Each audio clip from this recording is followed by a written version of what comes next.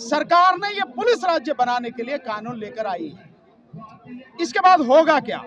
ये 10 साल की सजा और 7 लाख रुपए जुर्माने, ये इन ड्राइवरों को, ये बेचारे जो मजबूर मजलूम हैं, ये गरीब ड्राइवर, इनको पुलिस के क्रूर हाथों में सौंपने का इंतजाम कर दिया। वो 7 लाख रुपए जो जुर्माना है उसके नाम पर इनसे वसूली होगी, एक्सटॉर्शन जिसे कहते हैं वो होगा।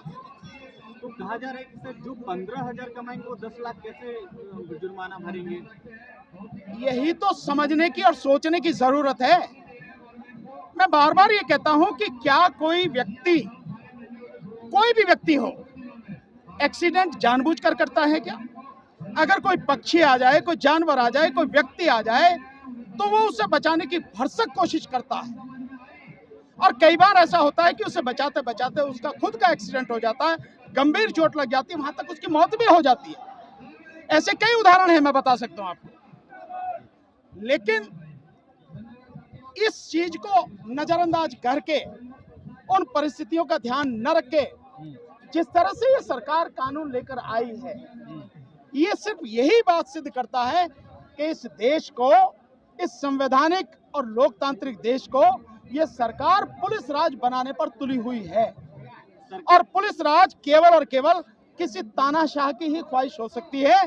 तो मोदी जी ये सिद्ध कर चुके हैं कि वो पूरी तरह से निरंकुश तानाशाह बन चुके हैं और देश की जनता की गर्दन पर पैर रखकर हुकूमत करना चाहते हैं। इसलिए कानून बनाए गए हैं। सरकार ने कहा कि इस कानून के तहत ड्राइवर जो है वो जिम्मेदार होंगे, साथ ही हिट एंड रन केस जो ये जिम्मेदारी क्या पहले नहीं थी क्या? जो पहले भी होता था, क्या पहले उसमें जिम्मेदारी नहीं थी? हिट एंड रन का कानून तो पहले भी था। और अगर कोई जानबूझकर किसी पे गाड़ी चढ़ाता है, किसी को मारता है, किसी को चोट पहुंचाता है, तो उसकी नीयत देखी जा रही है। उसके लिए आईपीसी में सारी व्यवस्थाएं हैं, सारी कुछ है। 1 साल की सजा से लेकर आगे तक फांसी की सजा तक है। अगर कोई जानबूझ के किसी को मारता है, जैसे कई बार मरवाया जाता है, मारा जाता है एक्सीडेंट करा के किसी व्यक्ति को, तो उसके लिए 302 है ना। ये 324, ये 326, ये 307, ये 308 काहे के लिए है? ये इसी के लिए तो है। स्पेसिफिक इसके लिए करने की क्या जरूरत है? और इससे केवल और केवल, मैं बहुत स्पष्ट रूप से कहना चाहता हूं, ड्राइवरों का ही नहीं, ये जो गाड़ियों के मालिक हैं उनका भी शोषण होगा। ड्राइवर तो बेचारा दे ही नहीं पाएगा 7 लाख रुपए, दावे से कह रहा हूं कोई मालिक भी नहीं दे पाएगा 7 लाख रुपए। अगर जुर्माना हो गया तो ये 10 लाख रुपए जो भी आप कह रहे हो, और 7 लाख की बात है, 10 साल की सजा, ये कौन दे पाएगा? नहीं दे पाएगा। और होगा क्या? ये जो सड़क पर पुलिस वाले कहीं भी रोक लेते हैं, ये जो आरटीओ हैं, ट्रांसपोर्ट डिपार्टमेंट के लोग, इन लोगों के हाथों में ये मजबूर ड्राइवर लोग और इन गाड़ियों के मालिक केवल और केवल एक बहुत ही निरीह प्राणी बन के रह जाएंगे, एक बहुत ही कमजोर व्यक्ति बन के रह जाएंगे। इनके माध्यम से इनका शोषण ही होगा और कुछ नहीं होगा। तो कानून बनाते समय सरकार को सोचने की जरूरत है। सरकार जो है, अगर ड्राइवर के वेलफेयर की बात करें या ड्राइवर आयोग की बात करें, तो सरकार को ध्यान देने के लिए कानून जल्दीबाजी में लाया गया। ड्राइवर के वेलफेयर की, मुझे आप बताओ किसके वेलफेयर की बात सरकार ने करी है? किसानों के वेलफेयर की बात करी सरकार ने? मजदूरों के वेलफेयर की बात करी सरकार ने? बेरोजगार युवाओं के वेलफेयर की बात करी सरकार ने? महिलाओं की सुरक्षा की, उनके वेलफेयर की बात करी सरकार ने?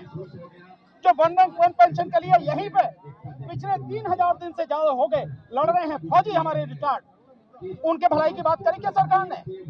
किसके भलाई की बात करी है सरकार ने? एक व्यक्ति बताओ, एक समाज बताओ, एक संगठन बताओ जिसके चंद पूंजीपतियों के अलावा किसके भलाई की बात करी है? किसी की नहीं। और इसके बावजूद भी देश के लोगों को समझ में नहीं आ रहा कि उनकी जो असली समस्या है उसकी जड़ क्या है। और उसकी जड़ है, अगर नहीं समझ में आ रही तो मैं बोल देता हूं, वो जड़ है मोदी सरकार। और जब तक ये सरकार रहेगी, इसको उखाड़ के नहीं फेंका जाएगा, तुम्हारी किसी समस्या का समाधान नहीं होगा। किसान आंदोलन में पहले दिन मैंने ये बात कही थी कि किसान आंदोलन में ईवीएम को आप साथ में जोड़िए। आप ईवीएम को जोड़ेंगे, ईवीएम हटेगी, बैलेट पेपर से चुनाव होगा, साफ सुथरी सरकार आएगी, चाहे जो भी हो। अगर मोदी जी को इतनी पसंद करती है देश की जनता तो वही चुन के आ जाए, क्या फर्क है? लेकिन लोगों के दिमाग में जो शक है वो तो साफ हो जाए। किसानों ने मेरी बात नहीं मानी, ईवीएम को उसमें शामिल नहीं किया, और अब नतीजा ये है कि कि जो समझौता किया था किसान ने कि हम मुकदमे सारे वापस लेंगे, एमएसपी पर कमेटी बनाएंगे, एमएसपी लागू करेंगे, कुछ नहीं किया। और 13 फरवरी को किसान देश भर के यहाँ आ रहे हैं, कल ऐलान हो गया अमृतसर में। सो किसी के भी भलाई का काम ये सरकार नहीं कर रही, क्योंकि इसका काम मोदी जी जो चाह रहे हैं हुकूमत करना, वो इस देश की जनता की गर्दन पर पैर रखकर हुकूमत करना चाह रहे हैं। सर, ट्रांसपोर्ट एसोसिएशन मीटिंग करके कहा गया कि अभी ये कानून लागू नहीं है, सरकार की तरफ से ये कहा गया। नहीं, वो है तो होते कौन है बताने वाले, ये तो हर किसी को मालूम है। कानून लागू होता है नोटिफिकेशन से, लेकिन नोटिफिकेशन तो जरा सी देर का काम है, तो इसमें बहुत लंबा चौड़ा वो समय लगेगा। सरकार ने कहा ये रहा कानून, अपने डिपार्टमेंट को देगी, छप के आ जाएगा सुबह और कहते हैं उस दिन से लागू हो गया। इसमें लागू करने में कितनी देर लगती है? कोई देर नहीं है, इतनी देर में काम होते हैं, ये एक दिन में लागू हो जाएगा। बात यह है कि आप लाए क्यों? आपने कानून लाने से पहले लोगों से बात क्यों नहीं की? जो आपके एक्सपर्ट हैं कानून के, उनसे बात क्यों नहीं की? आपने सारी चीजों को देखा क्यों नहीं? इसके नकारात्मक और सकारात्मक प्रभाव क्या होंगे, उनके विषय में आकलन क्यों नहीं किया? तो क्या आप 13 करोड़ ड्राइवरों के लिए सुप्रीम कोर्ट में केस लड़ेंगे? सुप्रीम कोर्ट में नहीं जाए, मैं ये सलाह दे रहा हूं आपके माध्यम से। ड्राइवर एसोसिएशन को या ड्राइवरों को सुप्रीम कोर्ट में, हाई कोर्ट में जाने की जरूरत नहीं है। अगर चले गए वही मामला फंस जाएगा और फिर सरकार साफ बच जाएगी, आप कुछ नहीं कर पाओगे। उपाय क्या है? उपाय सिंपल ये है कि सड़क पर लड़ाई करें जैसे लड़ रहे हैं, जाम कर दें पूरे देश को। केवल जो बीमार लोग हैं, एम्बुलेंस वगैरह हैं, उनको किसी हालत में ना रोकें, उनके लिए रास्ता दें, उन्हें जाने दें। बाकी पूरे देश को जाम कर दें, तभी ये सरकार घुटने टेकेगी, अन्यथा नहीं टेकेगी। आपका जो कानून है वो लागू हो जाएगा, आपको पता भी नहीं लगेगी। ऐसा क्यों किया जाए ड्राइवरों के साथ, जिनकी तनख्वाह भी मात्र 15,000 है, उनके ऊपर 7 लाख जुर्माना, साथ ही 10 साल का कानून में बदलाव? मैंने बताया ना आपको, ये इसलिए किया जा रहा है कि मोदी जी इस देश में संविधान को खत्म करके राजतंत्र स्थापित करना चाहते हैं और राजा बनना चाहते हैं। और राजतंत्र जो चलता है, राजा का जो हुक्म चलता है, वो चलता है थानों से। इसीलिए कानूनों में बदलाव करके पुलिस राज बनाया जा रहा है, ताकि वो जो भी है डंडे के जोर पर करवा सके। इन कानूनों को बनाने की क्या जरूरत है? आपको समझ में नहीं आता कि देश की जो क्रिमिनल लॉ के जो मेन जो कानून है, जो आईपीसी है, जो सीआरपीसी है, जो एविडेंस एक्ट है, उसमें सरकार ने तब संशोधन किया, बिल वो तब लेके आई है सरकार जिस समय विपक्ष के 140 सांसदों को बाहर कर दिया। इसका मतलब क्या है? उसी के बाद लेके आई ना। इसका मतलब यह है कि कानूनों पर किसी तरह की चर्चा ना हो। अगर चर्चा होगी तो उसमें जितनी कमियां हैं, जो जिस तरह से पुलिस राज बनाने की तैयारी कर चुकी सरकार बना रही है, वो सारी की सारी जनता के सामने आ जाएंगी और सरकार का भांडा फूट जाएगा, सरकार नंगी हो जाएगी। इसलिए विपक्ष को बाहर निकाल के कानून लाएंगे, बनाएंगे पास।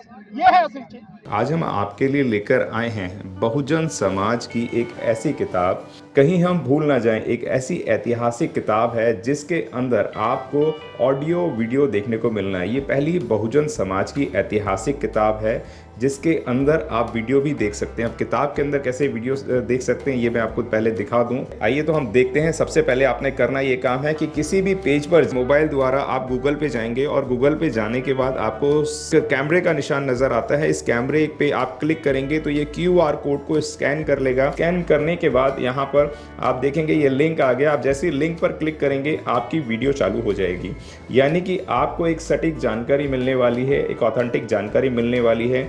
बहुजन समाज की पहली ऐतिहासिक किताब है जिसके अंदर आपको तमाम महापुरुषों की जानकारी मिलने वाली है। आप इस किताब में देख पाएंगे तथागत सम्यक बुद्ध, जिनकी पूरी जीवनी आपको मिलने वाली है। महान सम्राट अशोक, जिनका जीवनी आपको इसके अंदर पूरी मिलने वाली है।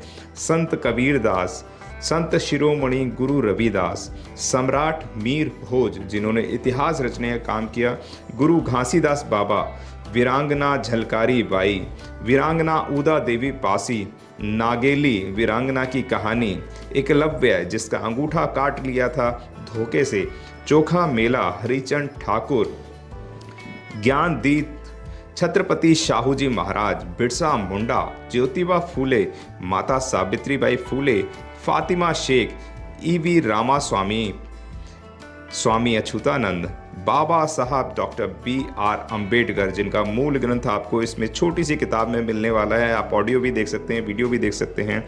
माता रमाबाई, मोतिया रावण कंगाली, सरदार उधम सिंह, ललई सिंह यादव, दशरथ मांझी, शिव दयाल सिंह चौरसिया, कपूरी ठाकुर, भंवरी देवी, मान्यवर काशीराम साहब, जिन्होंने इतिहास को दोबारा दोहराने का काम किया था, वीरांगना फूलन देवी, बहन कुमारी मायावती, संकल्प भूमि और पूना पैक्ट। बहुजन समाज का एक मूल ग्रंथ यह आपके पास आ गया है और आप इसको बिल्कुल भी देरी ना करें। तो साथियों, अगर आप ये किताब मंगाना चाहते हैं तो डिस्क्रिप्शन बॉक्स में जो आप नंबर देख रहे हैं, इस नंबर पर आप हमें अपना ऑर्डर बुक करा सकते हैं। कितनी किताब आपको चाहिए? यदि आप चाहते हैं कि यह किताब पूरे भारतवर्ष में घर घर नजर आए तो आप इस वीडियो को ज़्यादा से ज़्यादा शेयर करें, लाइक करें, शेयर करें, अपने कमेंट हमारे सुझाव बॉक्स में ज़रूर दें और किताब को अपने घर पे मंगाना बिल्कुल भी ना भूलें। अगर आपने अभी तक हमारा चैनल सब्सक्राइब नहीं किया है तो सब्सक्राइब करें और घंटी का बटन बिल्कुल भी दबाना ना भूलें ताकि सभी लेटेस्ट खबरें पहुँच सकें आप पे सबसे पहले।